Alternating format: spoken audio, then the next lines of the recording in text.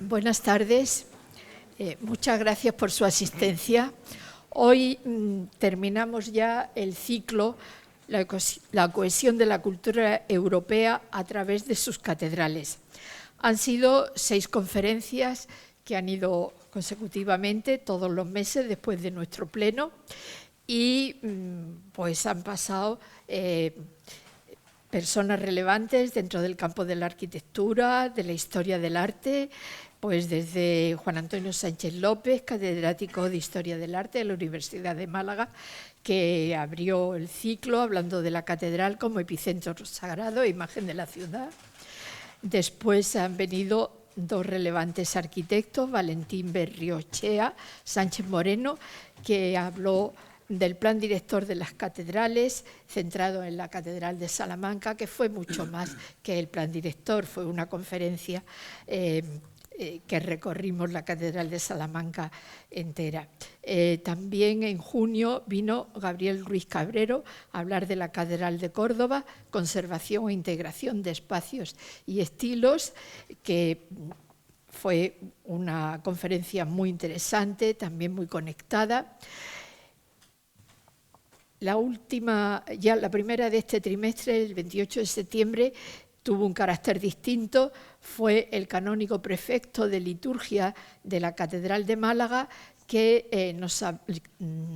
don Alejandro Pérez Verdugo, que habló de la liturgia de las catedrales, una conferencia muy densa, pero muy bien trabada. El 30 de octubre vino Enrique Nuere, que habló de una catedral con techo de madera, que hizo un recorrido a lo largo de distintas iglesias con techos mudéjares, aunque su teoría era que no conectaba directamente con los mudéjares, y fue una conferencia muy interesante también. Y hoy tenemos la suerte de contar con nuestro compañero de la sección de arquitectura, Javier Bonet, que va a hablar de forma y espacio de la catedral contemporánea.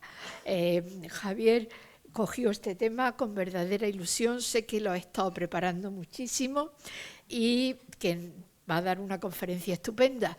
Javier es conocido de todos, pero a pesar de eso, Rafael Martín Delgado los va a presentar para quienes no lo conozcan. Muchas gracias.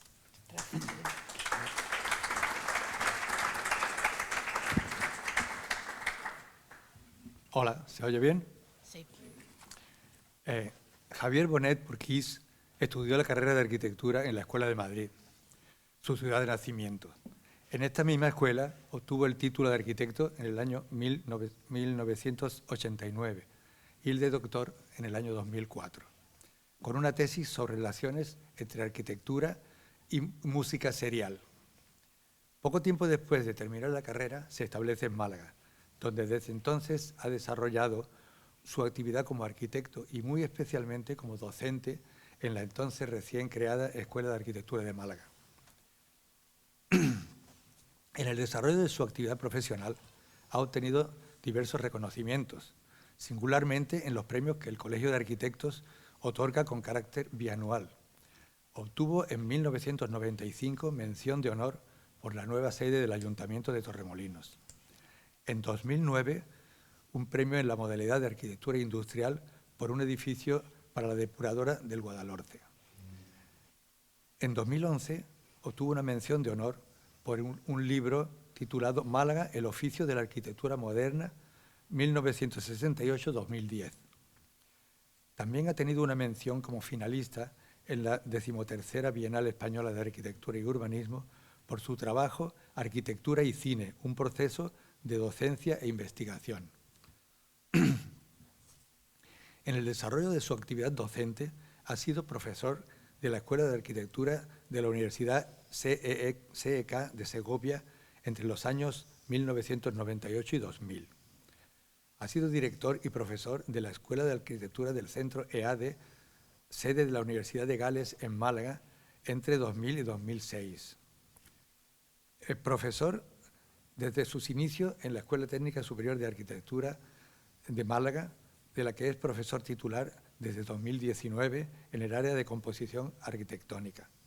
En esta escuela ha sido coordinador de estudios de 2007 a 2010, secretario entre 2013 y 2015, subdirector de posgrado y coordinador de máster habilitante en arquitectura hasta 2022.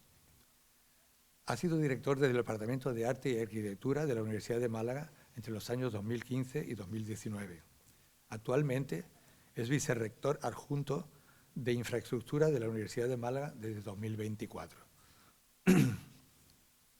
Desde el año 2014 es miembro de la sección de arquitectura de esta Real Academia, en la que además se encarga de la gestión y composición del anuario en el que se expone la actividad de la Academia durante el año.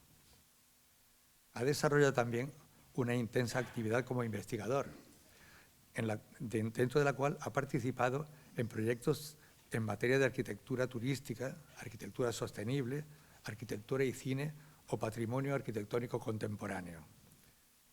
Ha investigado sobre los aspectos comunicativos, tecnológicos, patrimoniales y sostenibles de la arquitectura moderna y contemporánea. Ha sido también investigador principal sobre comunicación, tecnología y arquitectura en un programa de la Junta de Andalucía. Ha participado como ponente en congresos nacionales e internacionales. Ha dirigido y coordinado numerosos cursos o titulaciones de la Universidad de Málaga, algunos de ellos referidos a las relaciones interdisciplinares entre la arquitectura y el cine o entre la arquitectura y la música. Este es el resumen de un extenso currículo en el que, como hemos visto, destaca una amplia actividad al servicio de la enseñanza y la divulgación de la arquitectura. Gracias.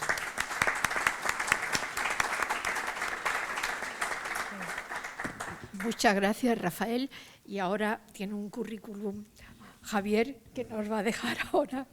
Y bueno, pues ya ahora lo escuchamos a él. Nos vamos abajo nosotros. Luego, si quieres, subo. Vale. Sí, se oye. Buenas tardes a todos. Muchas gracias, señora presidenta. Muchas gracias, Rafael, por esas palabras de introducción. Y muchas gracias a la Academia por permitirme cerrar este ciclo con esta conferencia sobre la Catedral Contemporánea. Y muchas gracias a todos ustedes, sobre todo, por venir. La verdad, me va a ser difícil estar a la altura de mis antecesores en este ciclo, pero voy a intentarlo, con un tema que resulta apasionante, desde la forma y el espacio arquitectónicos, porque desde ese lugar me gustaría el enfoque de esta conferencia, no solo desde una perspectiva histórica, que también, sino desde la relevancia que tiene la forma en arquitectura, en concreto la forma de lo religioso y su intrínseca relación con el espacio. Y es que los términos catedral y contemporánea exigen una primera reflexión, hasta el punto de que el término catedral contemporánea durante mucho tiempo se ha podido llegar a pensar que es un binomio imposible, casi como un oxímoron, de tal modo que si una catedral contemplase todos los atributos que la han configurado a lo largo de la historia como catedral, aquello que tan magistralmente nos contaba nuestro ya compañero académico Juan Antonio Sánchez López en la primera conferencia, ya no podría ser contemporánea, y al revés, si contuviera todos los atributos de lo contemporáneo, entendido esto fundamentalmente como una manifestación cultural y espacial producida sobre todo desde la segunda mitad del siglo XX, podría entonces no considerarse catedral. Lo que sí sabemos que existe, y no tenemos más remedio que hablar de ello en este tema, es el complejo recorrido del espacio religioso moderno y contemporáneo y cómo ha llegado a merecer de nuevo el nombre de catedral. Cabría entonces hacerse una serie de interrogantes. ¿De qué tiene que constar el espacio religioso para ser catedral? ¿Hay algo que lo identifique sustancialmente? O también puede enunciarse de qué tiene que prescindir el espacio religioso para convertirse en catedral. Porque sabiendo que el movimiento moderno no aportó nada especial a la arquitectura religiosa, si en general la arquitectura moderna y el arte sacro, con sus nuevos recursos, dieron muestras de dificultad para incorporar significados religiosos, con un espíritu de la época básicamente laico y la nueva relación con el Dios católico que de ello se derivó, ¿presupone esto una nueva relación con el espacio arquitectónico? Desde la arquitectura podemos preguntarnos, ¿cómo se introducirá lo sagrado en la arquitectura moderna y contemporánea? Y podemos también preguntarnos, desde la aparición de los nuevos paradigmas científicos del siglo XX, la espiritualidad y lo sagrado, durante mucho tiempo errantes por el desierto de la racionalidad, ¿volverán a congregarse, a concretarse en nuevos espacios bajo nuevas formas? En la era moderna que inaugura la Ilustración, el arquitecto visionario Étienne Louis Boullé nos ilumina sobre la idea de catedral, transformando una tipología sacra en un monumento urbano, describiendo en estos maravillosos dibujos un soporte físico abierto, potencialmente infinito, siendo el lenguaje el eje de su razonar, un espacio gigantesco en relación con la escala humana. Este proyecto parte de un esquema en forma de cruz griega y que en el centro se alza una portentosa cúpula. De esta planta se puede deducir la existencia de un módulo cuya repetición infinita podría construir un sistema coherente y universal. Dice Boullé, no como artista, sino como ciudadano voy a considerar la arquitectura, pero reuniendo todo lo que pertenece a su poética, introduciendo la luz en el templo para crear todos los efectos posibles, en una palabra, ser capaz de engendrar en nosotros los sentimientos exigidos por el culto del Ser Supremo. Fíjense en la gran operación de Boullé, introducir un cambio de escala que implica al mismo tiempo un lenguaje compuesto por formas sorprendentes. Se preocupa porque la arquitectura alcance así un valor de intemporalidad. Adoptando los cuerpos puros como nuevas imágenes del conocimiento, los convierte así en símbolos, en nuevas metáforas de un saber que se basa en las sensaciones. Defiende los supuestos de luz, escala y proporción como configuradores del mundo de imágenes del sueño humano, encaminando a modificar la sinrazón. Nótese en esta catedral, que podría ser cualquier otro tipo de monumento, la pequeña cruz que aparece en su cúspide como único vestigio y quizás signo específico, casi pidiendo permiso de su carácter religioso. Pero volvamos un momento a la primera imagen. Forma y luz son dos componentes indisolubles para Boullé, que se complementan en el intento de producir sensaciones. Pero en el siguiente dibujo sustituye la iluminación cenital por otra, más difusa, produciendo así una nueva valoración de las tinieblas y sombras que sirven para producir en nosotros sensaciones contrapuestas. Es entonces en ese emparejamiento entre luz y oscuridad, en las íntimas sensaciones entre ellos, su misteriosa capacidad de deslizarse de uno a otro, donde lo sublime como instrumento de reflexión metafísica va a sentarse. Así, la dimensión espacial aquí parece actuar como un elemento universal que une lo religioso y lo arquitectónico o monumental, con el fin de absorber el monumento en su totalidad. Boullé propone la inmersión del sujeto en el vacío. El espacio es el que ha operado como un instrumento de disolución monumental. Para los individuos, como almas desposeídas, el espacio los persigue, los rodea, los absorbe, con esa sensación exacerbada del misterio luz-oscuridad. ¿Todo ello para reemplazar o sustituir lo sagrado de la historia? ¿O es a lo mejor para reencontrarlo nuevamente bajo una nueva cultura? Volveremos sobre esta idea, que realmente es la fundamental de la conferencia. El monumento, la catedral, se caracterizará por una sensación de inmersión, de debilidad obsesiva ante el espacio. Hemos definido el campo de pensamiento de esta conferencia. Porque, no nos engañemos, esta es la catedral. Esta es la catedral. Esta visión de Schinkel, esta visión romántica, el sentimiento de lo sublime bajo la forma del pasado, de la soledad, esta es la catedral, puerta, camino y luz del espíritu. ¿Cómo competir con esto? ¿Cómo superar esta imagen de los epicentros sagrados del poder religioso, esta grandiosidad? Schinkel ambiciona la obra de arte total, el sueño romántico de la catedral, inspirándose para ello en una pintura paisajística. Schinkel se moverá siempre entre lo clásico y lo romántico, entre la belleza y el equilibrio griego y lo sublime del gótico, como todo el siglo XIX, por cierto, que girará en torno a estos dos extremos. La arquitectura se moverá entre lo bello y lo sublime, entre el ideal del más acá, invocado por lo clásico, y entre lo inabarcable, lo infinito e irrepetible, simbolizado por el gótico. Así pues, y desde el tema que nos compete. Perdón. Paso de hoja y no es. Perdón. ¿Cómo superar el gótico? En lo que se refiere a plasmar la espiritualidad del hombre a través de su arquitectura.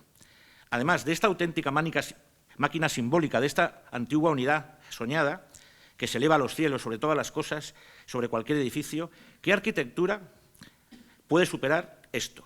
Este es un poco el tema. Ya en el siglo XX, el carácter de las vanguardias es doble. Por un lado, la vanguardia más racionalista, que es más intelectual, más más sistemático, y la vanguardia más expresionista, mucho más fenomenológica, mucho más irracional y que tenderá a explicar lo inexplicable. En concreto, en arquitectura, frente al estatuto del intelectual racional funcionalista, emergerá la idea del artesano, gestual, poético, que ejerce su propio instrumento de lenguaje como incesante investigación, sin salir nunca del arte entendido como aventura y como espectáculo. A finales de 1919, en la Bauhaus de la República de Weimar, la primera Bauhaus, en la proclama de la Bauhaus se dice: el objetivo último de las artes visuales es el edificio total. Vamos a concebir, considerar y crear juntos el nuevo edificio del futuro que reunirá en una sola creación pintura, escultura y arquitectura, elevándose al cielo. Por supuesto, se referían a la catedral, pero no estrictamente como un espacio sagrado, sino como una síntesis arquitectónica de un nuevo mundo, una imagen que Feininger plasmó con este dibujo expresionista de la espiritualización de los edificios, catedral. De hecho, lo religioso asociado a lo cristalino fue un paradigma de los expresionistas, la gema de la ciudad. Decía Bruno Taut, la luz quiere atravesar el universo y está viva en el cristal. La casa de cristal se convierte en portadora de sentimientos cósmicos, una religiosidad que con reverencia permanece en silencio. ¿Podría llegar a convertirse esto en una catedral? Lo veremos más adelante, pero ya les digo que sí. En su famosa obra, La corona de la ciudad, Bruno Taut dice: ningún esfuerzo de la imaginación humana puede conducir a formas físicas profundas si no se enraiza en la existencia y vida espiritual interna de la humanidad. Falta una concepción religiosa cristalizada. Este es a la vez el punto de partida y el objetivo final de toda arquitectura, como singularidad y autenticidad. La catedral tenía aura, la arquitectura con arte tiene aura, es espiritual. Este aura que luego denunciará Walter Benjamin su ausencia, ¿no?, en el año 1935 con la pérdida del aura en la era de la reproductibilidad técnica, su obra. Si el arquitecto no quiere volverse innecesario, dice Bruno Taut, si quiere saber el propósito de su vida, tendrá que diseñar la corona de la ciudad. Nos hace falta un evento sobre el cual construir. Bruno Taut tiene, de hecho, una serie de dibujos, digamos, sobre este tema del cristal, sobre la corona de la ciudad. También los expresionistas como Vasily Lujar. Fíjense, monumento al trabajo, que puede ser perfectamente también pues un edificio religioso. O no digamos con el auditorio, los auditorios, la otra corona de la ciudad que intentaban los expresionistas. Esto, que tiene una forma también casi gótica, podría llegar a convertirse en una catedral.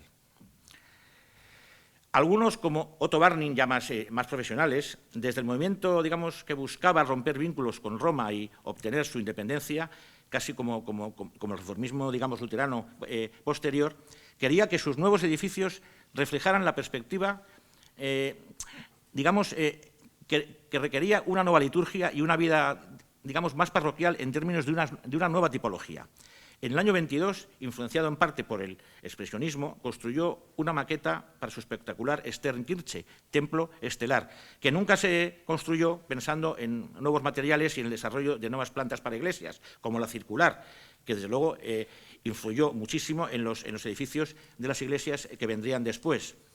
De hecho, se planteaba un cascarón que encerraba un bosque de arcos de probable, digamos, evocación cósmica, pero que tiene que ver mucho con un gótico de planta circular. Porque el gótico, de alguna manera, persiste en el siglo XX, de una manera asociado a la tecnología. Y vamos a ver como unos ejemplos muy claros en ese sentido. La catedral San Juan el Divino, San John el Divine, en Nueva York, que es la catedral más grande. Vamos a ver, un momentito. Una catedral enorme de 11.000 metros cuadrados que nunca se termina, como muchas catedrales. Vamos a ver, un momentito, por favor. Sí. Desde el año 1892 sigue sin estar terminada. Y fue en el año 91 que se convoca. Bueno, vamos a ver primero que es una catedral enorme, con un montón de estilos diferentes, con un rosetón de 20.000 cristales, que es el más grande de Estados Unidos, y se convoca un concurso en el año 91 en el año 91 para que participen unos arquitectos y entra nuestro querido Santiago Calatrava con este diseño muy desconocido, que es una especie de abstracción del gótico, a mi entender, inteligentísimo, que es hacer como el esqueleto gótico para terminar el crucero de esta catedral. Por supuesto, por el mismo precio, siempre, digamos, Calatrava quería hacer un biorrefugio ecológico de más de 9.000 metros cuadrados adicionales bajo la bóveda de la iglesia, donde se sembrarían árboles y plantas que recibirían energía solar pasiva, cosas, digamos, de Calatrava. Este proyecto buscaba finalizar, digamos, desde un punto de vista gótico-tecnológico actualizado el edificio. No era ninguna mala idea. El diseño se inspiró en la idea del gótico de su compañero ingeniero Robert Meillard. Es un ejemplo de la tecnología del gótico asociada a la imagen de la estructura. No otra cosa que la estructura es lo que se ha puesto ahora, o sea, el gótico, digamos, actualizado se ha puesto ahora en el candelero con la recuperación de la aguja de Notre Dame y, digamos, su cubierta tras el incendio. Bueno, esta, digamos, es la solución más canónica, que es recuperar la aguja de Viollet y de terminar, digamos, la cubierta. Pero lo que es interesante es ver las soluciones que se presentaron a este concurso, que había cosas realmente, digamos, alucinantes, basadas en la tecnología y en la imagen del gótico como actualizada. Miren ustedes que, sobre todo, el vidrio y el color forman parte de unas soluciones realmente interesantes. Al final, digamos que se optó por la más mimética, por la más tradicional, pero había cosas realmente interesantes, sobre todo con el vidrio, la transparencia, casi también la cubierta como un invernadero. Había alguna muy delirante que parecía casi como de la Rusia zarista, esta, ¿no? Pero bueno, todo este debate sobre el gótico como nueva imagen tecnológica. La más interesante era esta, que era un láser hacia el cielo, ¿no? Bueno, que era la nueva aguja. Pero bueno, ya fuera del gótico, lo que nos interesa es cuál es la relación de la arquitectura racionalista y funcionalista con el espacio sagrado. ¿Cómo va a pronunciarse la arquitectura funcionalista respecto a los espacios sagrados? ¿Cómo va a insertarse arquitectónicamente a lo sagrado en un paradigma cultural básicamente laico? ¿Qué es lo que va a predominar? ¿El uso, la forma, la función? Bueno, pues este debate lo tiene de una forma bastante interesante un arquitecto alemán, Rudolf Schwarz, que trabaja con un teólogo. Solo puedes trabajar con un teólogo siendo alemán, desde luego, porque desde luego es la primera vez que estas dos personalidades se ponen como de acuerdo para teorizar sobre cómo deben ser las iglesias. Es realmente interesante que lo que les importa es la relación de la liturgia con el espacio religioso, pero desde unos presupuestos teológicos, con lo cual está bien, ¿no?, el colaborar con un teólogo para saber por dónde podían ir las funciones, la función religiosa. Qué mejor que ellos, ¿no?, para contar, digamos, a un arquitecto cómo debería ser el espacio. Tenían una idea juntos, eran muy amigos de la comunidad como un cuerpo unido, verdadero sujeto de liturgia. Juntos defendieron una postura incomparable sobre la naturaleza de lo sagrado en arquitectura. Schwarz buscaba espacios que simbolizaran los contenidos litúrgicos y la relación bionívoca entre comunidad y acto, y acto litúrgico. Su libro más importante, Von Bau der Kirche, la construcción de una iglesia, plantea de una forma muy curiosa 7 formas básicas para hacer templos futuros. En resumen, las teorías de Rudolf Schwarz se centraron en la búsqueda de formas arquitectónicas que transmitieran significado religioso, atendiendo a una relación entre arquitectura y liturgia. El enfoque de Schwarz se puede considerar como una forma alternativa de entender la teoría en comparación con la forma convencional, en su capacidad para llevar las semillas de unas ideas de los espacios a la liturgia. Se puede definir como un funcionalismo teológico, lo cual no deja de ser también otro oxímoron, ¿no? Pero bueno, Schwarz identifica en unos esquemas preciosos, nada convencionales, los 7 tipos, aquí hay 6, luego veremos cuál es el último, o arquetipos, a través de unos esquemas en los cuales se representan ideas básicas reales, mientras que en el 7º se considera como la fusión de estos 6. No aparecen como cosas independientes, como entidades independientes, sino que todos están, digamos, relacionados. Habla de el anillo sagrado, forma invulnerable, forma de luz en expansión. Habla de la salida sagrada, que es un anillo, digamos, abierto, el impulso sagrado, que es el cáliz luminoso, que se transforma en la cueva en un paisaje y se trae el fuego a la tierra con la luz. Habla de una forma muy poética, muy interesante, y desde luego es una especie de catalogación desde un punto de vista muy diferente, ¿no? El viaje sagrado, que es el camino, ya por todos conocido, la parábola sagrada, el cáliz oscuro, que es una curvatura que es el fin y el refugio, la presencia de la alegría, de la luz, y el universo sagrado, la cúpula luminosa, el infinito resplandor de la forma después de la abismal oscuridad que lo precedió. A través de esos esquemas, Schwartz se proponía conciliar las funciones litúrgicas con la correcta expresión simbólica del espacio.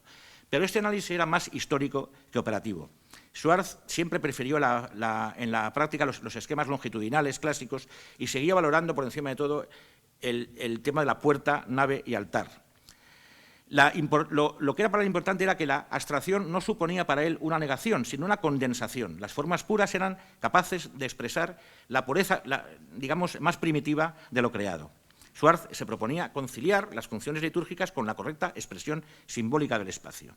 Pero el séptimo arquetipo, al que llama la catedral de todos los tiempos, ¿qué significa esto? Es una gran y única forma, dice. Dice, es una forma compuesta de toda la historia sagrada. Este edificio, cuya estructura reúne todas las fases a la vez, une todo el flujo del tiempo en sí mismo. Es la catedral de todos los tiempos. Bien, esto no es decir nada o ¿de qué está hablando? Dice, la catedral posee la plenitud del tiempo. Su forma lo lleva al límite, lo disuelve y al final todo es espacio. Esto sí que es interesante. Es lo que decía Boulez, si ustedes recuerdan. O sea, la catedral posee la plenitud del tiempo. Su forma lo lleva al límite, lo disuelve y al final todo es espacio. Luego ya se intuye que al final la catedral, al final de lo que tiene que nutrirse, de lo que tiene que hablar, es del espacio. Y de todo lo demás resumido, pero fundamentalmente del espacio. Porque ¿qué es lo que la arquitectura moderna y la arquitectura religiosa tienen que resolver? Este es un tema clave. ¿Qué tienen que resolver? Pues tienen que resolver bastantes cuestiones, porque hay una cierta fisura, como hemos visto en el siglo XX, entre una y otra. Tienen que resolver la inercia, digamos, tipológica, que se rompe a finales del siglo XIX. Todo el gótico, todo el barroco, todo el siglo XIX tenía unas tipologías que de eso ya no van a seguir. Luego hay que pensar qué pasa con este tema. La tensión entre forma y función, que implica pues, un planteamiento nuevo de la forma y del espacio. El carácter espacial del templo, que es pues un producto de las nuevas estructuras que van a darse. El paisaje urbano, cómo se manifiesta esto en la ciudad, con las nuevas iglesias. Una pieza que dialogue o que no dialogue con la ciudad o que haga en sí misma paisaje. La expresión artística contemporánea también, porque está situada fuera de lo religioso desde las vanguardias. Luego, todo esto, ¿qué pasa? Pues que el racionalismo no llega a la arquitectura, o sea, no puede porque sigue presa de su funcionalismo radical, ¿no? Por ejemplo, Sartoris, uno de los miembros fundadores de los CIAM y autor de Elementos de Arquitectura Racional, en el año 32, propone esta catedral que es casi como que no dista mucho de un edificio de oficinas, que intenta justificar de nuevo la caja como elemento válido para todo, apelando al código funcionalista por encima de los usos reales y, desde luego, nada relativo a la sacralidad de los edificios o de los espacios. De hecho, y aunque se construyeron algunas iglesias con el estilo internacional, el programa de un templo era algo muy extraño a la modernidad. Como era extraño para el otro gran arquitecto racionalista, Terragni, que dibuja una catedral en el año 1932 casi desde un manifiesto de la abstracción, desde esa casi reducción a cero gramatical y sintáctica que supone el lenguaje del movimiento moderno. Según él, según esto, pues la catedral es una caja con una serie de incisiones por donde entra la luz, tiene unos contrafuertes que pueden ser más o menos dependiendo del espacio, dependiendo de cómo sea de grande, para recordar, digamos, la antigüedad. La puerta no es demasiado importante, y si bien es cierto que cuenta con un ámbito de entrada anterior, que sí lo mantiene, pero con un campanario torre que representa el vestigio de las antiguas torres. Y poco más. ¿Qué pasa en España mientras? Pues en España no hay catedrales en el siglo XX. Las que hay cuatro, pero son estas cuatro. Simplemente como un inciso para que vean que este debate sobre la arquitectura sobre la catedral moderna no existe en España, o sea, no hay. Sí hay uno que la vamos a ver, pero que es teórico. Hay 4 catedrales que se hacen en el siglo XX en España. La Almudena de Madrid, terminada por Chueca y por Carlos Sidro en el año 93. La Catedral de María Inmaculada de Vitoria, que es un neogótico, que está terminada por Miguel de Apraiz y Antonio Camuñas en el año 69. La Catedral de Tenerife, de La Laguna, que está terminada por José Enrique Marrero en el año 15 y que es Vic desde el año 1983 y cuya cúpula se ha digamos, terminado en el 2014. Y, por último, la Catedral de Sant Feliu de Llobregat, de Josep Ros i Rius, que está terminada en el año 46 y tiene que ver pues, con un cierto neorrománico. Con lo cual, no hay, digamos, catedrales contemporáneas en España, no hay. Lo que sí hay fue un debate sustancialísimo sobre arquitectura religiosa. Los años 50 fueron un debate sustancial sobre eso, con unos arquitectos sensacionales, nada sospechosos de no ser religiosos, como Fisac, como García de Paredes, que de hecho, bueno, pues introdujeron la preocupación de cómo iba a ser ese espacio que rompía con los invariantes al servicio de una arquitectura, digamos, religiosa nacional. Es una concepción jesuítica, barroca y escultórica del espacio. Con esta iglesia de los dominicos en Valladolid, que gana un premio en Europa, se crea pues un debate, digamos cómo va a ser, cómo se va a perder, cómo van a ser tan austeras las iglesias, cómo van a perder todo ese carácter, digamos, tradicional. Pero vamos, no solamente esta, sino la de Alcobendas de Estofisac o las de García de Paredes de la Fuencisla pues en Madrid, que es una sala hipóstila simple y llana, o las del Colegio Mayor Aquinas, también de García de Paredes, o la de Vitoria, que es esta de aquí, que no me acuerdo cómo se llama, es una parroquia, o desde luego nuestra querida Estela Maris, también de García de Paredes, que es una iglesia pues absolutamente austera. Bueno, pues con la concesión del premio a Estofisac hubo unas reuniones en el Colegio de Arquitectos de Madrid, donde acudían los padres dominicos para explicar por qué ellos estaban, digamos, a favor de una arquitectura, digamos funcional. Es una cosa curiosa que la Orden Dominica liderara esta especie de movimiento abstracto, porque decían que, interpretando positivamente las normas publicadas por la Segunda Congregación del Santo Oficio del año 52, esta posible aparición de abusos formales que alejaran al edificio de lo más tradicional, no encontraban ningún impedimento para que la piedad de los fieles se manifestara con esa austeridad, con lo cual dieron como el visto bueno a todo este movimiento. Bueno, lo cual no deja de ser, digamos, curioso que los dominicos, con el padre Aguilar, que estaban muy interesados en una arquitectura moderna, pues lideraron este tema y luego fue un debate sustancial en los años 50 en España. Como fue este concurso, el único concurso para una catedral en Madrid, para la catedral de San Isidro en Madrid. En el ámbito de la primera Bienal Hispanoamericana de Arte, se convocó este concurso, que quedó desierto, y se presentaron los arquitectos Cabrero y Aburto, los que hicieron luego sindicatos, como con la solución más radical, que fue bastante desestimada. Ellos decían que estaban inmersos en lo que era una máquina de rezar. No les interesaba más que la tecnología de la construcción, la nueva tecnología, en un edificio que podía ser perfectamente una nave industrial, con un óculo, como van a ver, un óculo ahí arriba, el altar.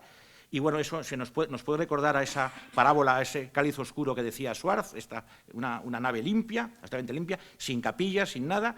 Y bueno, pues este era el debate, por supuesto, quedó desierto y bueno, no había verticalidad en el edificio, nada, era lo más. Sin embargo, pueden ver ustedes en este diseño que así hay un campanario que es bastante moderno, bastante escultórico y que siempre va a ser como un elemento anexo, digamos, al edificio catedral, que va a generar un elemento comunicativo en el paisaje. Eso sí que se encargan de dejarlo claro. Y hay una pequeña cruz ahí arriba, ¿no? Pero simplemente es un momento que podía ser un poquito más grande que una nave industrial. Este es el debate que hay sobre la catedral. Bueno, aquí todos los arquitectos montaron en cólera. ¿Qué pasa aquí? Estamos perdiendo las tradiciones. Y ahí se quedó el debate de la catedral en España. No así en otros países, por ejemplo, en Inglaterra, donde la catedral de Coventry sí es un ejemplo de intentar buscar un diálogo entre una catedral gótica existente y una nueva catedral que, bueno, que era pues, un lenguaje bastante moderno. Gana este concurso Basil Spence, que es un arquitecto inglés que trabajó con V. Arup, y bueno, pues es una especie de buscar con una entrada común en este pórtico de aquí, digamos, unir las dos catedrales. Había como una condición de dejar las ruinas y hacer al lado una nueva.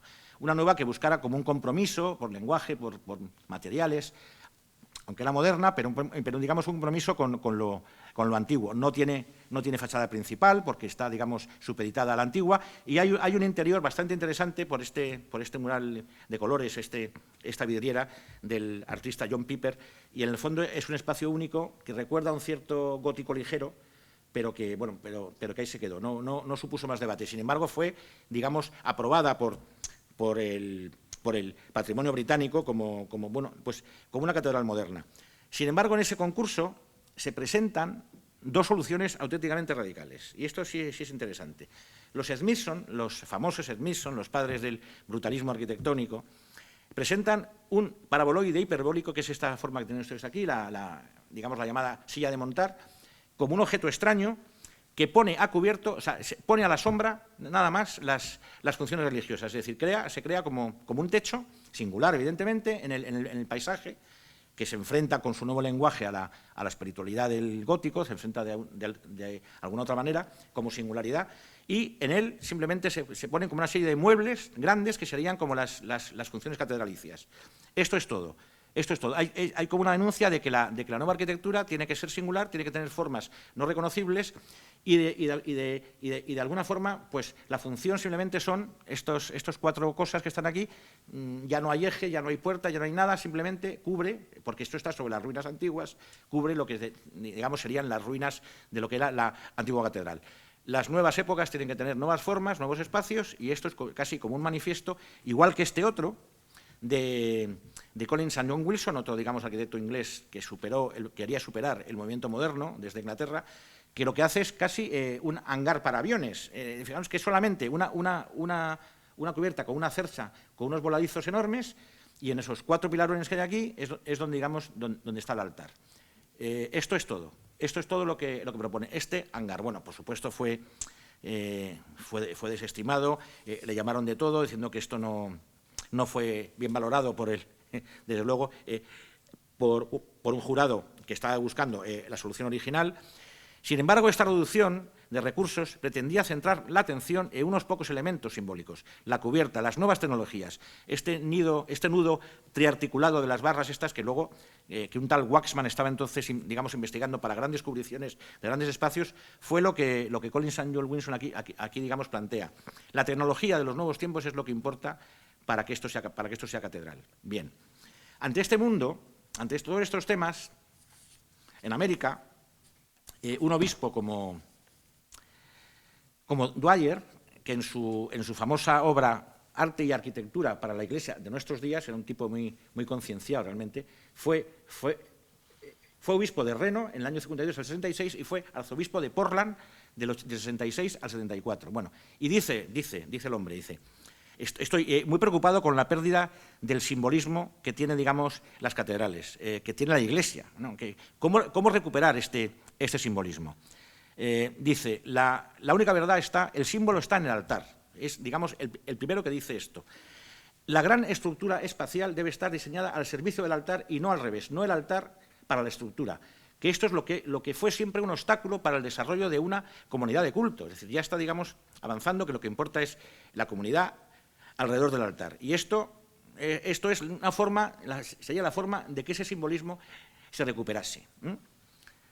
Todo el movimiento litúrgico, pues encabezado por Ratzinger, por muchísimos pensadores de la Iglesia, pensaban desde el funcionalismo, es decir, desde cómo recuperar, cómo el nuevo culto se producía en el espacio y cómo digamos, el que celebraba estaba como en el centro de de ese debate. Todo el tema era cómo se situaban los fieles con respecto al que celebraba. Esto generó un montón de libros, un montón de literatura, que en el fondo era un nuevo funcionalismo teológico, es decir, cómo se va a adecuar las nuevas formas de la Iglesia, los nuevos ritos, al espacio. Pues de esto hablan muchísima gente, y de hecho dicen que Roncham, que no pudimos más remedio que hablar de Roncham, fue como este primitivismo que intentó recuperar este nuevo sentimiento moderno de lo que era el culto religioso. No lo consiguió del todo, tanto por su escala, porque digamos es un santuario, aunque tuvo mucha fama entre los arquitectos, pero bueno, se quedó ahí porque estaba como planteando nuevas formas de culto, con un espacio bastante interesante, con el altar, digamos, fuera, jugando con lo cóncavo convexo. Y bueno, pues esto fue lo que digamos, como adalid de la nueva arquitectura, se llegó al máximo, ¿no? que fue Le Corbusier. Pero sigue sin ser una catedral, porque eso está todavía sin resolver. Un autor como Hammond, que era un arquitecto, digamos, más teórico, que escribe sobre la liturgia y la arquitectura, pues decía que lo que importaba era la colocación de los fieles. Con eso resolvemos todo, decía en su libro, decía: de las más o menos 250 iglesias anglicanas de posguerra que se han construido en Inglaterra, prácticamente todas se construyeron en estilos neos, gótico, georgiano, bizantino. Dice, y esto decía que no tenían ningún mensaje para el mundo contemporáneo.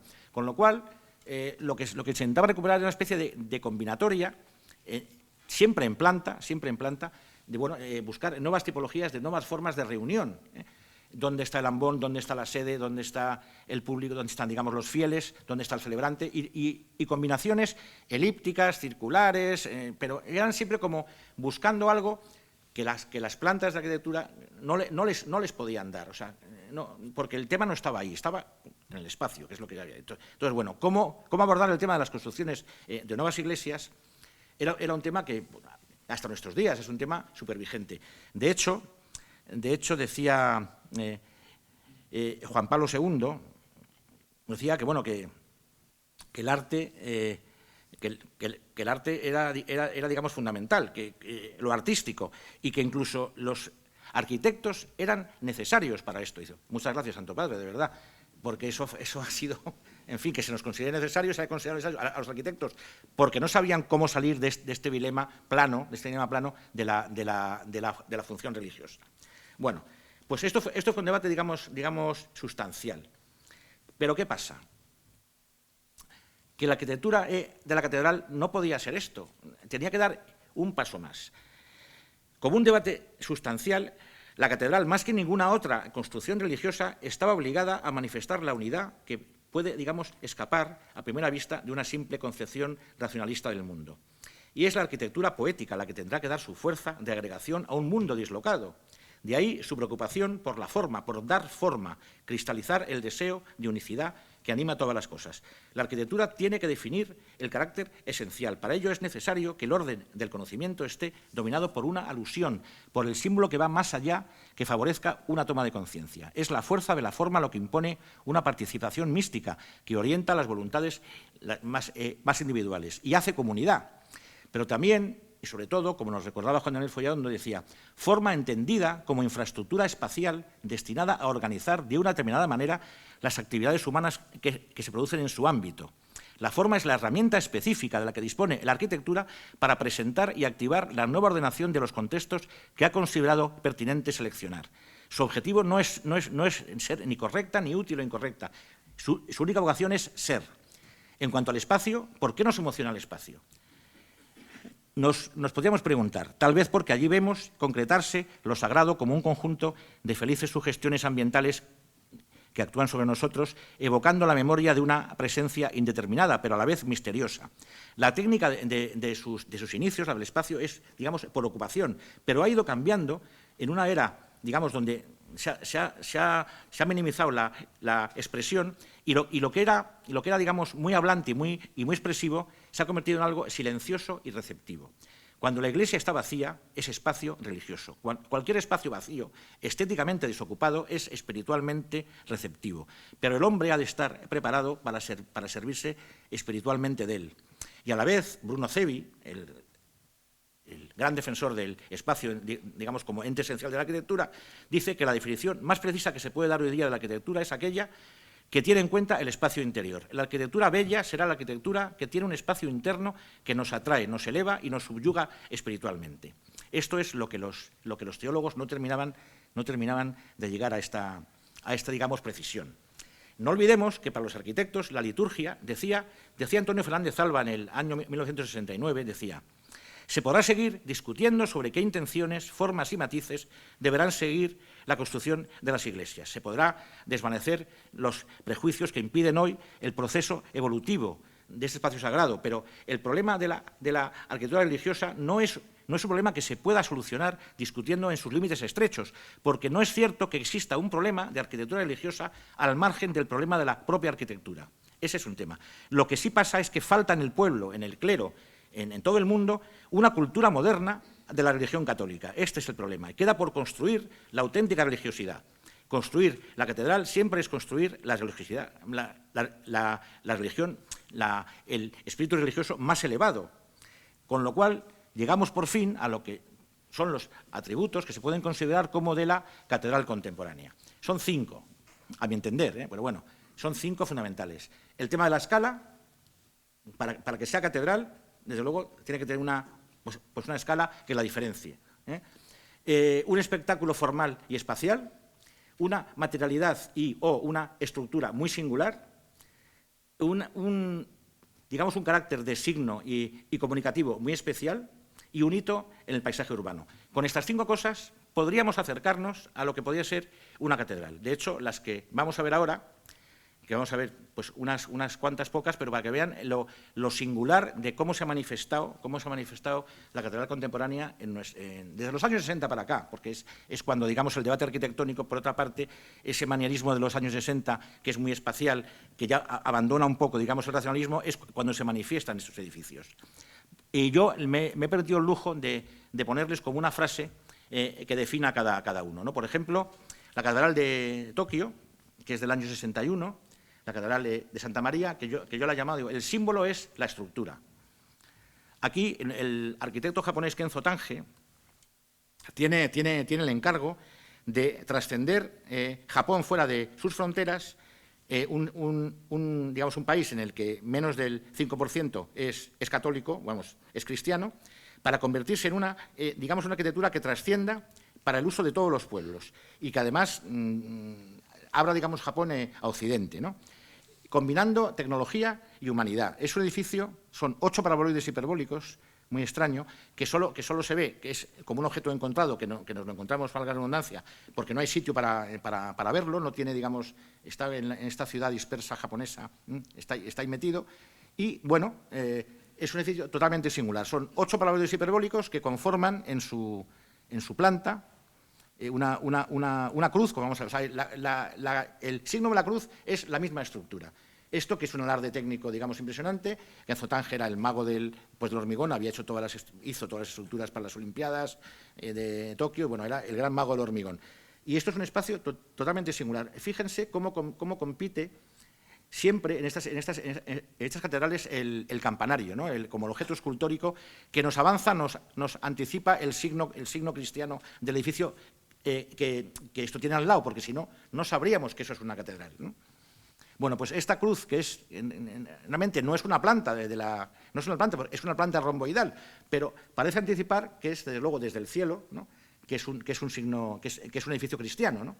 De hecho, es una planta que se entra por los laterales, no se entra por esta puerta, digamos, del eje, que es una puerta muy chiquitina y que es una puerta simbólica, se entra por estos laterales, que se entra mucho más bajo y cuando entras aquí se te abre el espacio. Fíjense que es realmente un alarde técnico. Y lo que sí tiene importante es el material. Esto sí que es brutalismo, esto es el mismo material dando todas sus posibilidades de textura, cómo le da el sol, potenciando sus mismas características casi químicas, ¿no? Como es el hormigón. Esto, sin nada más, es lo que se consigue en esta catedral. Es un alarde, digamos, de la estructura que favorece un espacio desnudo absolutamente. Quizás tenga que ver esta desnudez con una cierta religión más oriental, más sintoísta. El hecho es que, bueno, es un espacio espectacular, que se puede iluminar de muchas formas y que bueno, pues al final tuvo fama este edificio, pero por eso, por lo raro que suponía como catedral, pero es que era realmente pues un alarde estructural. La siguiente es la catedral de Liverpool, que yo la llamo el poder del centro. En el año 57, el arzobispo Heenan accedió a la sede de Liverpool y se encontró pues, una catedral medio diseñada por el famoso arquitecto Sir Edwin Lutyens, una macrocatedral de tinte clásico, y la que ya existía, que era la anglicana, del año 1942, que es la más grande del mundo. Bueno, pues Heenan dice: quiero una catedral que se haga en poco tiempo y que cueste menos de 1 millón de libras. Y se la encarga a un Frederick Giver, que bueno, gana digamos, el concurso. Bueno, pues desde 1967 esta catedral ha sido considerada como paradigma de catedral contemporánea por ser un edificio equilibrado, reuniendo originalidad y belleza, fidelidad a la construcción y capacidad simbólica, monumentalidad, funcionalismo litúrgico y potencia expresivas. Bueno, pues se plantea que sea pues un espacio muy litúrgico con planta central, las capillas alrededor casi como elementos añadidos y, desde luego, como un hito, digamos, en la ciudad. Aquí tienen las dos, no sé si se ve muy bien, la anglicana y la católica compitiendo en ese skyline de Liverpool. Cada una es más grande y más impresionante la anglicana, pero ahí estaba la otra catedral diciendo: también aquí estoy yo y soy el otro objeto extraño, digamos, en la ciudad. ¿Cómo me manifiesto en la ciudad? De una forma totalmente singular, ¿no? Es un cono, es un tronco de cono con otro cono encima.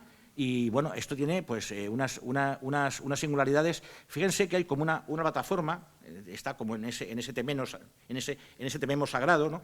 Que se entra por esa puerta que casi es una máscara, que es el campanario, y bueno, y tiene un rostro de noche que sería el altar en el otro lado para producir celebraciones, que se ve muy bien en la planta, que es todo ese sitio vacío es la gran plataforma donde se celebra misa. En el exterior, que está justamente encima de lo que es la cripta antigua. Y es una planta circular muy interesante, muy clara, donde está en el centro del altar, la capilla de la Virgen tiene por los dos lados, el baptisterio está como a la entrada aquí, y tiene pues muchas capillas, pero sin entorpecer nada lo que es el espacio, digamos, litúrgico, con los fieles alrededor del altar. Tiene una sección muy interesante, que es un único espacio, vean cómo casi como un positivo o negativo en esta gran plataforma, es donde se daría la misa en el exterior, que está sobre la cripta, y este es un espacio único, espectacular, de las más, bueno, además es enorme, ¿no? Con estos pilares en forma de boomerang, bueno, y con esa especie de cono que sube por arriba, lleno de color, y un baldaquino tecnológico, que es una verdadera maravilla, que es esta cosa tecnológica que aloja los focos, las luces, los altavoces, un montón de cosas, ¿no? Y bueno, este es el espacio en su plena celebración. La siguiente es otra, digamos, catedral también en los años 60, que yo la he llamado el color del vacío. Esto es espectacular. Esto es Río de Janeiro, este es el país más católico del mundo. Bueno, pues Brasil, en el centro ya verán ustedes, en el centro de Río de Janeiro, que es estas ciudades nuevas sudamericanas, con esas contradicciones enormes, pero aparece como objeto, digamos, encontrado, como un objeto totalmente singular, algo que en principio nadie nos diría que es una catedral. Tiene una escala realmente descomunal. Cuando nos acerca, bueno, desde el aire sigue teniendo ese signo de la cruz que forma parte de la misma estructura, y es pues un tronco de cono que en un original proyecto era un paraboloide, digamos, de revolución, pero que luego al final pasó a ser, yo creo que más sencillo para su construcción, un tronco de cono. Han intentado encontrar sobre esto unas asociaciones bastante dudosas, que si tiene que ver con los templos aztecas, bueno, todo esto no, creo que es totalmente anecdótico. Como que le llamen, ahora verán, brutalismo tropical. Digo, vamos a ver, pero ¿quién le llama esto? Brutalismo, o sea, que hay brutalismo boreal, tropical, continental, pero bueno, ¿qué estamos diciendo? Yo estoy de esa digamos, palabreja hasta las narices, pero ¿qué brutalismo? Pero que no tenía que ver con la forma, tenía que ver con la materia, pero bueno. Fíjense esta superescala, que es un edificio descomunal.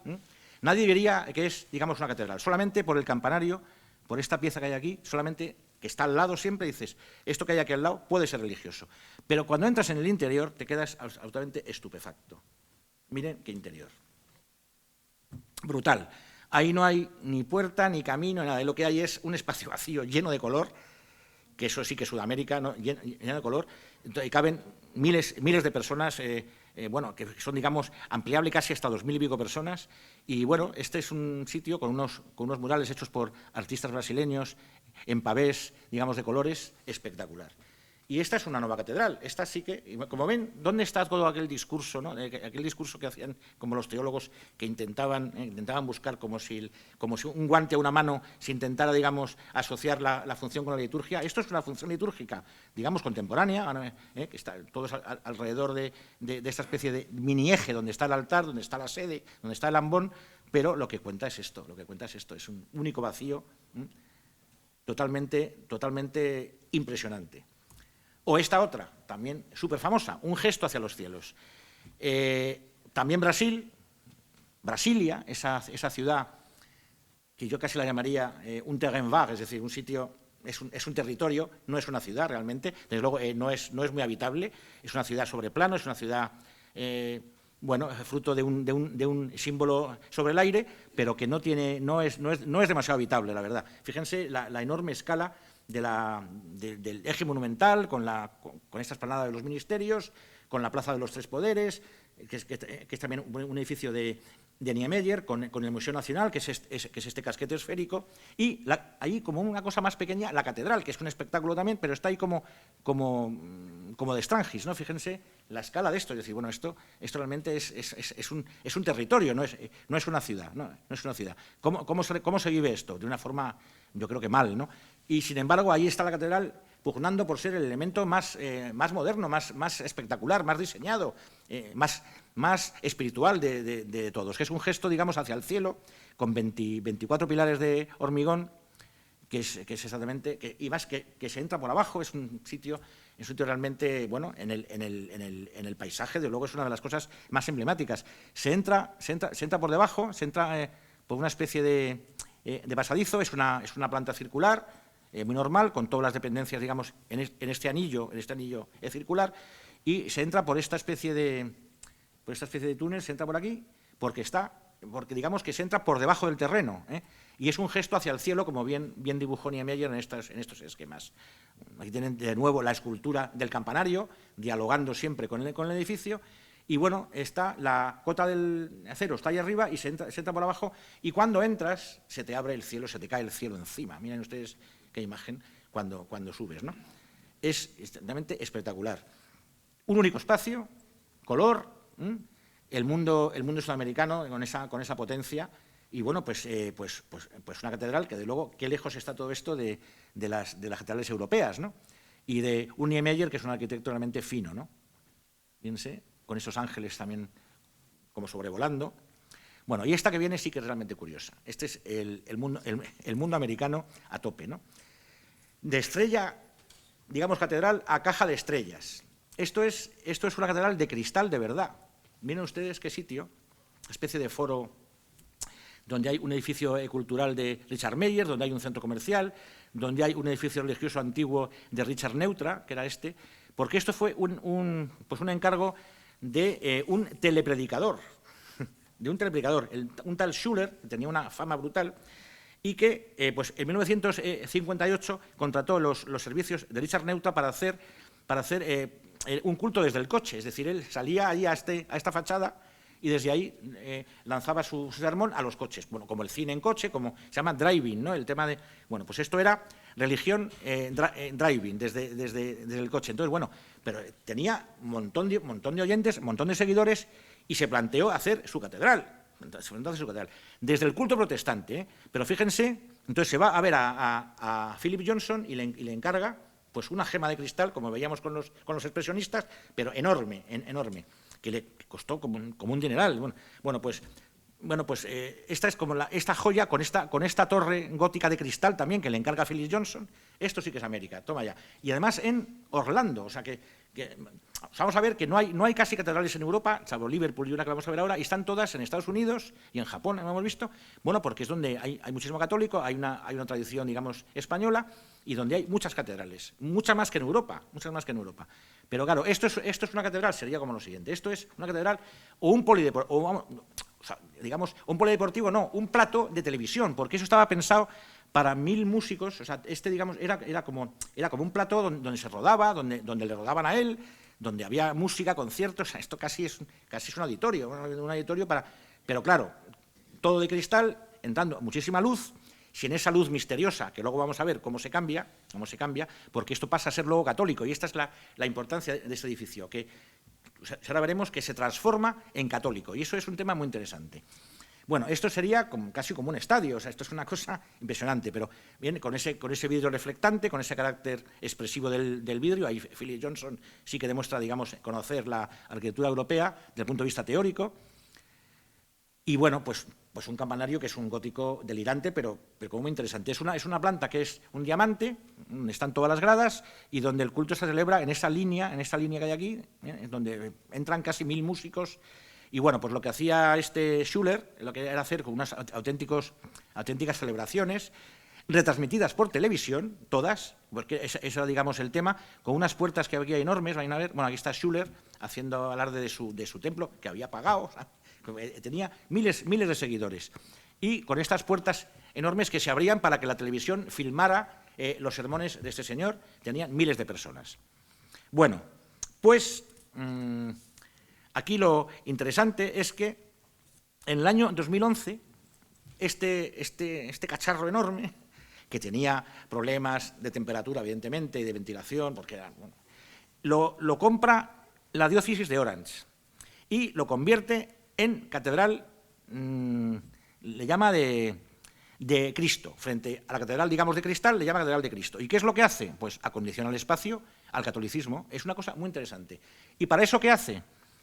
Hace una doble piel, le quita una luz, la convierte en una luz tamizada, con unos elementos cuadrifolios que permiten la entrada de luz, y crea un altar, crea el altar en el centro, crea un altar, forra todo el edificio y crea una cierta intimidad para el culto, ¿no? Con lo cual ya la cosa cambia, ya no es un sitio aquello enorme, sino que es un sitio donde la intimidad se puede hacer, donde se puede mantener una cierta, digamos, relación religiosa, y todo está centralizado alrededor de este altar y con este baldaquino.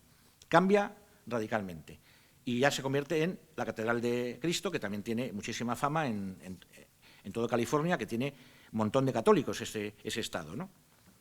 Con 1,3 millones de católicos que hay en el condado de Orange y 4,3 millones de católicos en Los Ángeles. O sea, que estamos hablando de un sitio, de un foco católico realmente importante.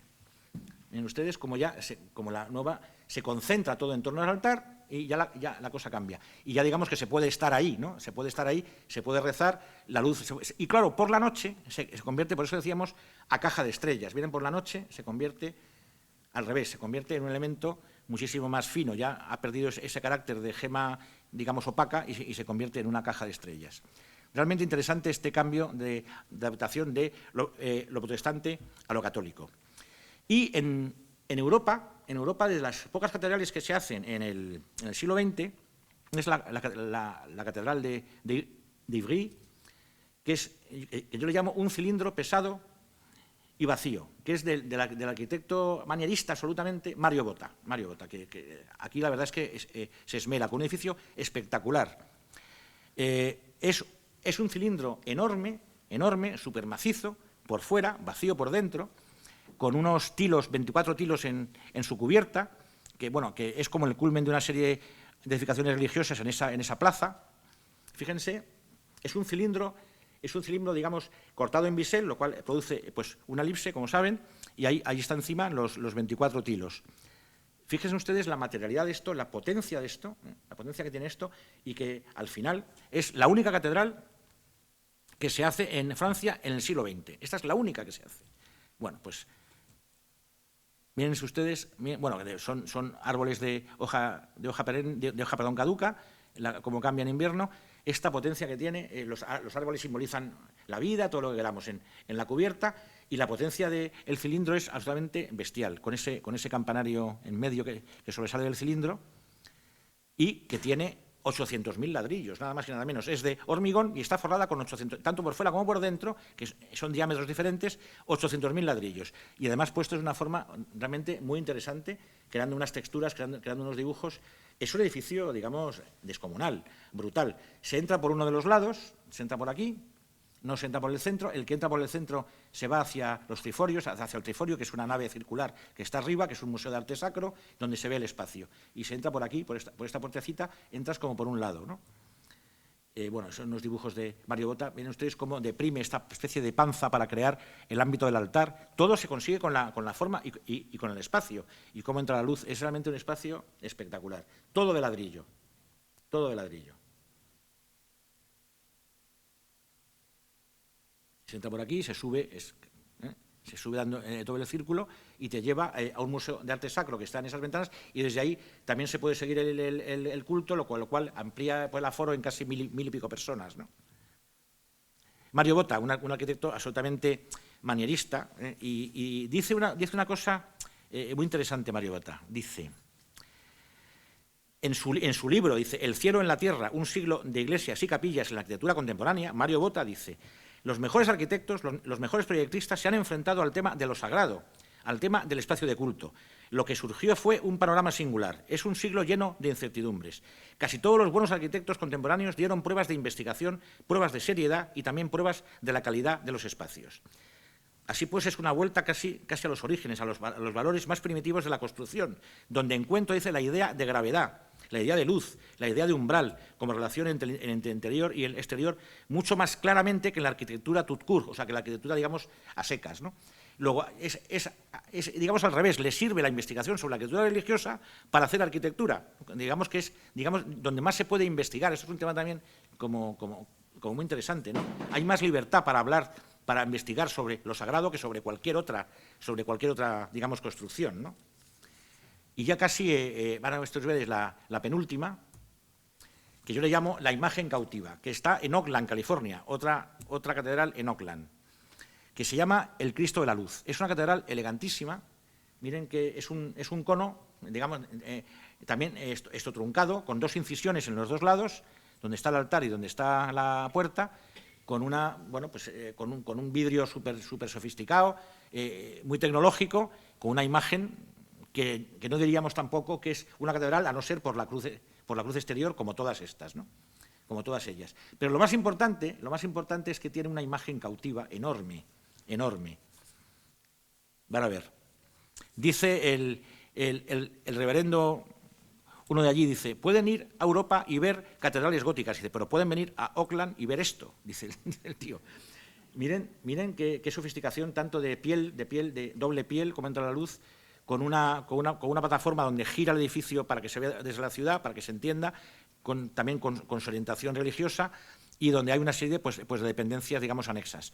Y es un óvalo, no es una elipse, es un óvalo, lo que llaman vejiga de pez. Bueno, eso es. Y bueno, aquí está, digamos, el altar, pero las capillas alrededor, el ambón, la sede, y es un edificio puro, digamos, es una cosa realmente sintética del espacio. Lo más interesante es esto, que es una imagen que traen del Cristo entronizado del portal real de la catedral de Chartres. Bueno, entonces, con 94.000 perforaciones sobre paneles de aluminio anodizado, a modo de píxeles, se crea casi como una imagen virtual con la luz desde dentro, con las dos caras, tanto exterior como interior, y se consigue esta imagen cautiva, que a mí me parece fascinante. Esa imagen comunicativa, bueno, a gran escala, que es lo que le da carácter. Le llaman la catedral del Cristo de la Luz, ¿no?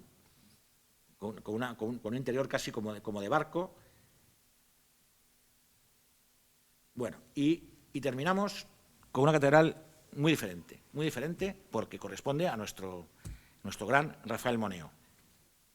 Le he llamado a esta catedral En busca del camino perdido, casi como una película de Indiana Jones, casi como Moneo como Indiana Jones a la búsqueda del camino perdido, porque aquí lo que está recuperando Moneo es el camino de la catedral que estaba perdido con estos espacios que hemos visto.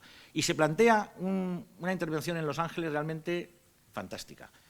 Fíjense qué sitio. Esto es el centro de Los Ángeles. El centro de Los Ángeles está, podríamos decir, casi entre una suerte de cardo y de decúmano. El cardo es una autovía de 20 carriles y el decúmano pues es lo que llaman Grand Avenue, que es eso que decía Tafuri, una acumulación de evidencias, que es como denomina la ciudad americana.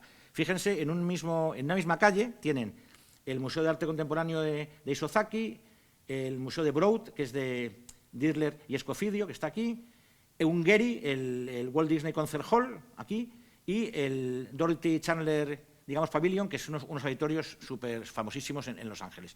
Y aquí, casi ya en la autovía, y con un color diferente, fundamental, Moneo plantea, muy listo Moneo, plantea la catedral, intentando incorporar toda la historia sin perder, digamos, la historia tradicional, pero de una forma moderna, lo cual es muy difícil y no lo hace nada mal. Dicen las malas lenguas que Moneo gana este concurso porque es el único que cuando se presenta el concurso a los mejores arquitectos del mundo que se presentaron aquí, es el único que se arrodilla y besa el anillo del obispo de Los Ángeles. Eso dicen que ya le dio el concurso, simplemente con ese acto. Yo me lo creo, porque Moneo es un estratega absoluto. Pero, desde luego, no está nada mal el edificio. Miren cómo lo gira con respecto a la autovía. Es un giro auténticamente magistral. Es la puerta de Los Ángeles. Con ese giro que hace, que también tiene algún motivo religioso, porque está al norte del altar, que está invertido, ahora veremos, pero construye un edificio para ser visto desde el coche. O sea, esto es... Pero cómo entiende perfectamente los contextos Moneo. Yo creo que ese sentido es el mejor. Miren por la noche, es el faro de Los Ángeles, es una cosa... Luego lo haremos sobre esta cruz, porque claro, es un edificio que parece como no terminado, o que por su forma escultórica remite a que pudiera ser ampliado, con lo cual ya en ese sentido ya se entronca con todas las catedrales, es decir, se podría seguir haciendo, cosa que las otras que hemos visto eran imposibles, eran cuerpos puros. Luego aquí esto se puede seguir haciendo. Si no fuera por esta cruz que hay aquí a la derecha, nadie pensaría que esto es un edificio religioso, vamos, seguro.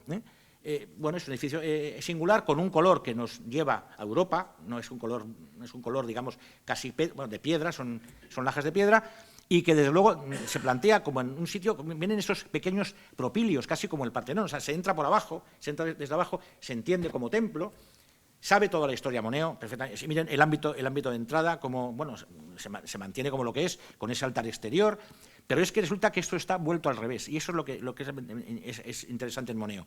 Es totalmente manierista. Fíjense la gran plataforma donde gira el edificio, donde deja ese vacío en el medio, aquí hay más dependencias, digamos, de la catedral, y se entra por las puertas laterales. Esto hay que verlo. Se entra por aquí o por aquí. Y no se entra a la nave, sino que se entra a los deambulatorios, donde dan las capillas, dejando la nave aislada en el centro. Hay que recorrer media catedral para llegar hasta aquí y para entonces se nos desvela el espacio. Se nos desvela el espacio que sigue siendo camino hacia el altar. Esto es totalmente novedoso en ese momento y, bueno, y entronca este edificio con las tradiciones de las catedrales, pero de una manera moderna, de una manera muy sutil. Es una gran nave, ¿qué es lo que hace? Entra luz, digamos, deja entrar luz por estos intersticios, con lo cual la nave se ilumina por una cosa que no sé de dónde viene, y luego algo fundamental, es un trapecio, con lo cual consigue lo que consiguió Miguel Ángel en el Nacimiento, que es que un trapecio se vea rectángulo, en perspectiva, con lo cual nos aleja, nos da una visión más lejana del altar y nos incita a creer en el recorrido. Es realmente sutil. Yo creo que aquí Moneo se esmera bastante. Bueno, ven que es una nave, una simple nave. Estas son las incisiones de las capillas de los lados. Es un gran espacio. Y la luz es una luz difusa, una luz muy jesuítica también. Es decir, no le interesa tanto, digamos, el color. Fíjense que el altar está descentrado, la cruz está descentrada. Todo está, desde el punto de vista más moderno, como más deconstruido, pero, sin embargo, se mantiene esa idea de camino, ¿no? Ahora vamos a ver la perspectiva. El órgano está descentrado, el altar son piezas sueltas, creando una sutil plataforma al cual hay que llegar. Miren la distancia que nos hace crear psicológicamente de ese camino, digamos, a recorrer hacia la luz. Eso se hace porque comprime el espacio, quitando, digamos, las capillas que enturbian esa visión, las saca por los lados y te hace hacer todo este recorrido fantástico de esta nave. Y por último, vean lo que significa también las teorías de la comunicación de Robert Venturi, donde dice que tenemos que colocar un elemento comunicativo a una arquitectura moderna para denotar lo que es, porque si no, simplemente connotando con la arquitectura no se consigue saber lo que es. Pues fíjense este edificio, esto es, digamos, es la cruz, o sea, esto es la cruz, o sea, realmente esto es la catedral por la cruz. ¿Qué pasa si con una leve, digamos, operación de Photoshop le quito la cruz? Ya no es una catedral, o ya qué es esto, ¿no? Es un edificio moderno, sí, pero pierde mucho, ¿no? También he hecho el truco de quitarle la cruz del campanario, bueno, digamos, quitarle la campana, que sería, con lo cual sería como una torre, pero nadie diría que esto es una catedral. Pero mucho más, si estamos en Los Ángeles, podría ser la sede de Apple, perfectamente, ¿no? Es un edificio moderno, bueno.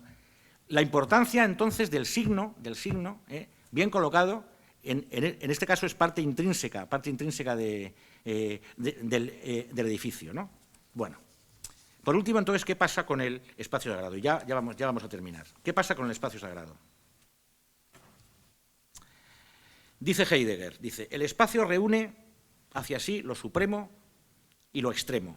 Lo que reúne así penetra y atraviesa todo con su esencia. El lugar, lo reunidor, recoge hacia sí y resguarda lo recogido, pero no como una envoltura, digamos, encerradora, sino de modo que trasluce y transilumina lo reunido, liberándolo así a su ser propio. La Iglesia es un lugar de congregación, lugar para el ritual religioso, donde se presta atención en compañía de otros a lo sagrado.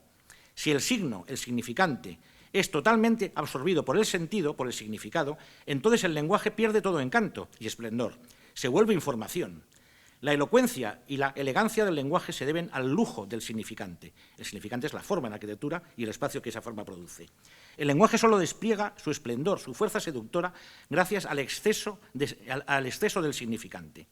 Hoy vivimos en una cultura del significado, que rechaza el significante, la forma, por superficial. Es una cultura hostil a la forma, a la que estamos viviendo. El significante, el envoltorio, es más importante que lo que designa. El significado, digamos, su contenido resplandece por sí mismo al margen de la verdad de la cosa que contiene. Estas formas significantes pueden generar un espacio lleno de posibilidades, un espacio potencial donde Dios se pueda revelar aliado con la técnica a través de la condición creativa del hombre. La técnica que abre espacios, pero que abrirá también mundos que no se agotan en la determinación del objeto, sino en lo posible que ésta genera. La mejor arquitectura fue la que se tomó como una oportunidad para ensayar con lo potencial, una arquitectura que pudo dar lugar al habitar poético y religioso, y que su espacio nos reveló.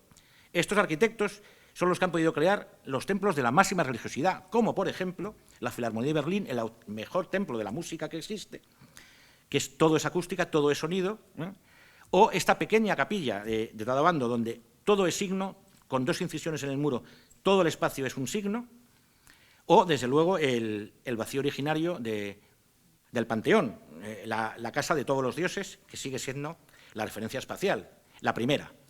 Y no quisiera terminar sin una imagen que yo creo que podía ser la gran catedral del futuro. Esta imagen que no fue la montaña de Tindaya, que no llegó a ser de Estochellida, que no llegó a ser porque no era demasiado ecológica, dicen.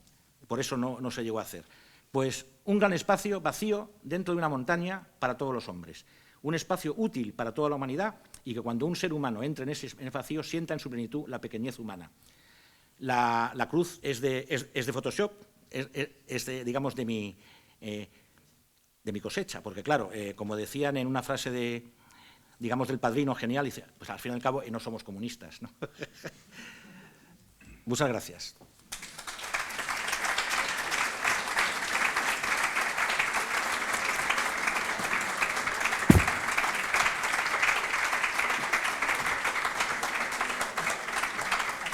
Vale. Bueno, pues muchas gracias, Javier. Nos has dado una conferencia estupenda que pone un broche de oro al ciclo de conferencias sobre la cohesión de la cultura europea a través de las catedrales. Y bueno, hemos traído arquitectos y historiadores, como he dicho antes, y un teólogo para hablarnos de catedrales, pero mira, hemos dejado el buen vino para lo último. Muchas gracias. Gracias.